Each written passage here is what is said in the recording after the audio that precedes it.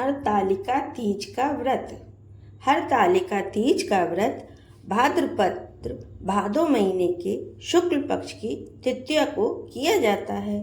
तृतीया तिथि को किए जाने के कारण इस व्रत को ही तीज का व्रत या तीजों का व्रत भी कहा जाता है। इस व्रत को करने वाली स्त्रियों को व्रत वाले दिन सूर्योदय के साथ जाग जाना चाहिए और नित्य कर्मों से निर्वृत्त होकर स्नान कर लेना चाहिए। फिर साफ वस्त्र पहन लें। फिर अपने घर के पूजा स्थान को या आंगन को साफ कर लें। फिर वहां पर आटे से चौक पूर लें। फिर मिट्टी से शंकर पार्वती की प्रतीक मूर्ति बना लें। उसके बाद से वहां पर लकड़ी का पटरा रखें और उस पर लाल रंग का कपड़ा बिछाएं।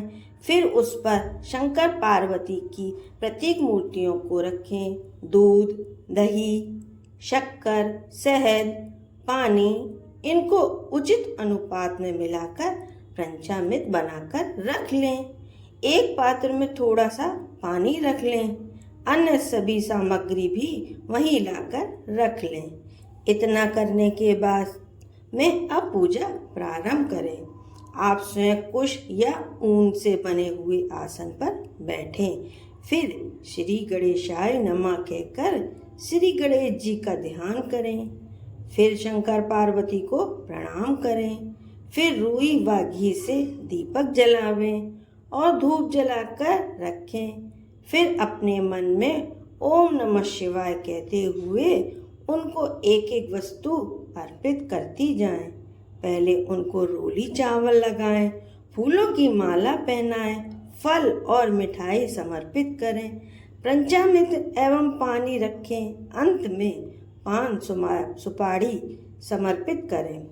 इस प्रक्रिया को नैवेद्य समर्पित करना कहते हैं। इसके बाद में मूर्तियों को प्रणाम करें। इसके बाद में हरतालिका तीज की व्रत कथा को पढ़ें। यदि कई महिलाएं एक साथ मिलकर पूजन कर रही हों तो कोई एक महिला हरतालिका तीज की व्रत कथा को पढ़कर सुनाएं और सभी महिलाएं शांति से सुने। इसके बाद सभी लोग जयकारा लगाएं। भगवान शंकर की जय, माता पार्वती की जय। इसके बाद में भगवान शंकर और माता पार्वती को प्रणाम करते हुए कहें, हे शिव, नंदी भृंगी, महाकाल शंभु, आपको नमस्कार है। हे शिवा, शिव प्रिया, कल्याणकारिणी, जगतधात्री, आपको नमस्कार है। जो अपने मस्तक पर चंद्रमा धारण किए हुए हैं और सहज ही प्रसन्न होकर मन वांछित फल प्रदान करते हैं, उन भगवान भोलेनाथ को नमस्कार है। जिनके केश कल्प वृक्ष के सुंदर फूलों से ढके हुए हैं और जो नए वस्त्रों को धारण करती हैं, ऐसी माता पार्वती को नमस्कार है। आप दोनों ही इस नश्वर संसार के भय संताप से मेरी रक्षा कीजिए। आप मेरी और मेरे परिवार की सदैव रक्षा एवं उन्नति करें। मुझे और मेरे समस्त परिवारजनों को सतमार्ग से प्रेरित करें। इसके बाद में कपूर जलाकर आरती गाते हुए भगवान शंकर की आरती उतारें। इसके बाद में पंचामृत और फल मिठाई को प्रसाद की भांति सबको वितरित कर दें और स्वयं भी ग्रहण करें। इसके बाद में व्रत का पारण करना चाहिए। इस प्रकार से यह व्रत संपूर्ण होता है।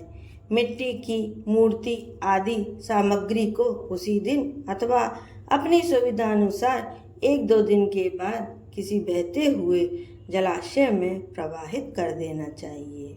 सुहाग पिटारी की भी सभी वस्तुओं को अपने दैनिक प्रयोग में ले लेवें। व्रत का महत्व।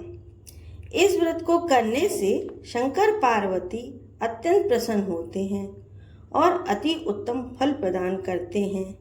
इस व्रत को करने से अविवाहित लड़कियों को श्रेष्ठ पति प्राप्त होता है और संपन्न घरों में उनका विवाह होता है। इस व्रत को करने से विवाहित स्त्रियों के सुहाग की रक्षा होती है और वह स्वस्थ रहकर दीर्घायु प्राप्त करते हैं। इस व्रत को करने से सुख समृद्धि की प्राप्ति होती है और परिवार में सभी प्रकार की सुख शांति सदैव बनी रहती है। इस व्रत को करने से भगवान भोलेनाथ की कृपा प्राप्त होती है और संपूर्ण जीवन सुखपूर्वक व्यतीत करके अंत में शिवलोक की प्राप्ति होती है। हरतालिका तीज की व्रत कथा। द्वापर युग में महाभारत का युद्ध समाप्त हो गया और पांडवों को राज्य प्राप्त हो गया। तब चारों ओर सुख शांति स्थापित हो गई। भगवान श्री कृष्ण भी अपने राज्य द्वारिका को चले गए थे। बहुत दिनों के बाद एक दिन भगवान श्री कृष्ण स्वयं ही पांडवों का हाल जानने के लिए हस्तिनापुर आए। तब सभी पांडवों ने उनका बड़ा ही सत्कार किया। तब द्रौपदी ने उनसे पूछा, हे कृष्ण, हे मधुसूदन, आप आदि मध्य अंत से रहित हैं। आपकी माया का कोई पार नहीं है। आप सर्वज्ञ हैं और आप ही परमेश्वर हैं। आप मुझे ऐसा उपाय बताएं जो कि हम स्त्रियों को समस्त प्रकार के रोग शोक और पापों से मुक्ति प्रदान करें और हमें सुख शांति प्रदान करें।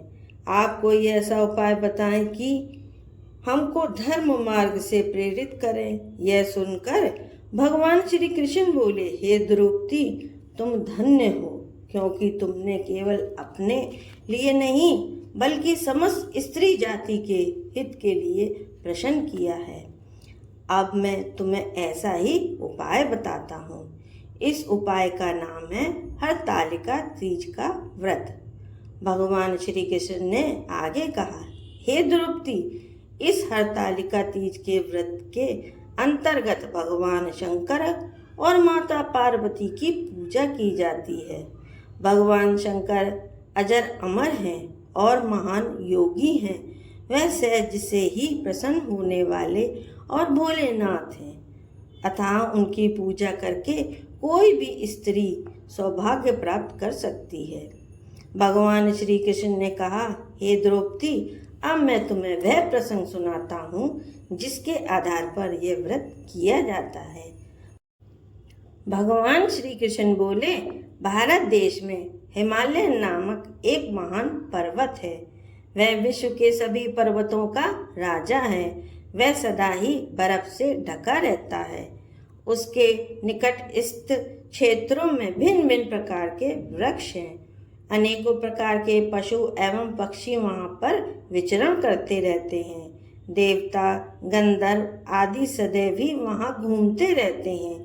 इन पर्वतराज हिमालय ने मनुष्य तन धारण करके मैना नामक स्त्री से विवाह किया था और फिर वह सुखपूर्वक अपना जीवन यापन करने लगे। फिर उनके घर में एक सुंदर कन्या का जन्म हुआ। उनका नाम उमा रखा गया। पर्वतराज हिमालय की पुत्री होने के कारण उनको पार्वती ही कहा जाता था।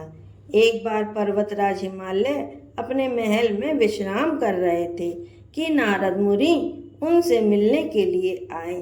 तब हिमालय ने उनका बहुत ही आदर किया और उनको उत्तम आसन प्रदान किया।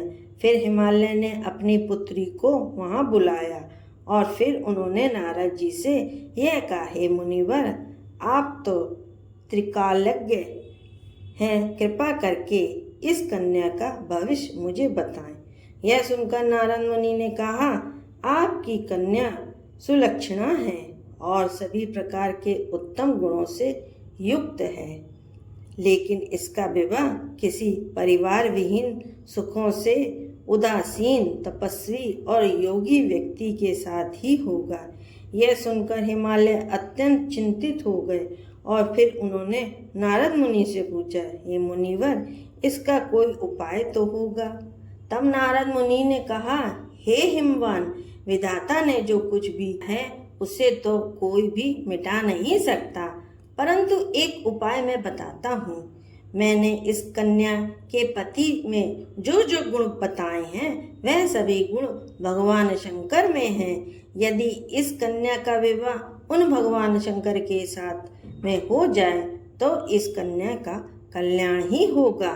यह सुनकर हिमालय ने पूछा, यह विवाह किस प्रकार से संपन्न होगा, क्योंकि भगवान शंकर तो सदैव ही तप में लीन रहते हैं। तब नारद मुनि ने कहा, यदि तुम्हारी कन्या भगवान शंकर का ध्यान करते हुए तप करे तो वह प्रसन्न हो सकते हैं। यूँ तो भगवान शंकर की आराधना करना बहुत ही कठिन है, लेकिन यदि सच्चे मन में आराधना की जाए तो भगवान शंकर शीघ्र ही प्रसन्न हो जाते हैं और कल्याण करते हैं। सहज से ही प्रसन्न हो जाने के कारण इनको भोलेनाथ और आशुतोष भी कहा जाता है। इतना कहकर नारद मुनि चले गए। समस्त प्रसंग को जानकर पार्वती वन में जाकर तप करने लगी। इस प्रकार से उन्होंने कई वर्षों तक अत्यंत कठोर तप किया।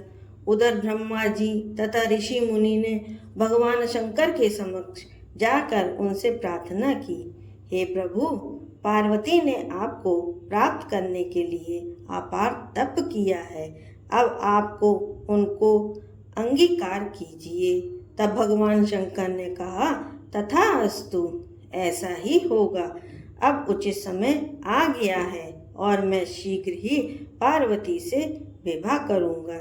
यह सुनकर ब्रह्मा जी तथा ऋषि मुनि प्रसन्नता प्रकट करने लगे और भगवान शंकर की जय जयकार करते हुए अपने अपने स्थान पर चले गए। उधर पार्वती का कठोर तप निरंतर जारी था।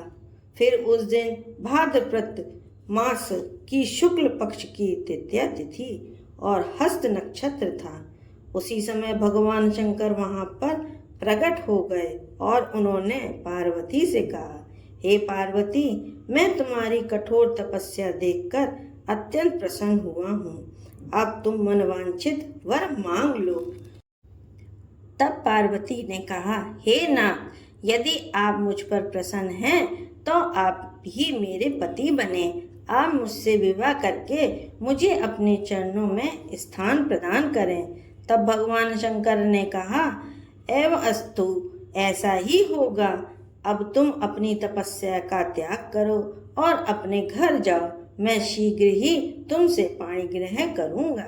चूंकि आज की मैं हर शंकर तुम्हारी तपस्या से प्रसन्न होकर तुम्हारे समक्ष प्रकट हुआ हूँ, इसीलिए मैं तुम्हें यह वरदान भी देता हूँ कि आज के दिन को हरतालिका भी कहा जाएगा। जो भी स्त्री प्रत्येक वर्ष आज ही के दिन तुम्हारी पूजा करेगी और इस कथा को कहेगी या सुनेगी, वह अखंड सौभाग्य प्राप्त करेगी और सभी प्रकार के रोग शोक से मुक्त प्राप्त करके सुखपूर्वक जीवन यापन करके अंत में शिवलोक को प्राप्त होगी। भगवान शंकर के इस वचनों को सुनकर पार्वती अत्यंत प्रसन्न हुई। फिर वह भगवान शंकर को प्रणाम करके अपने घर वापस आ गईं।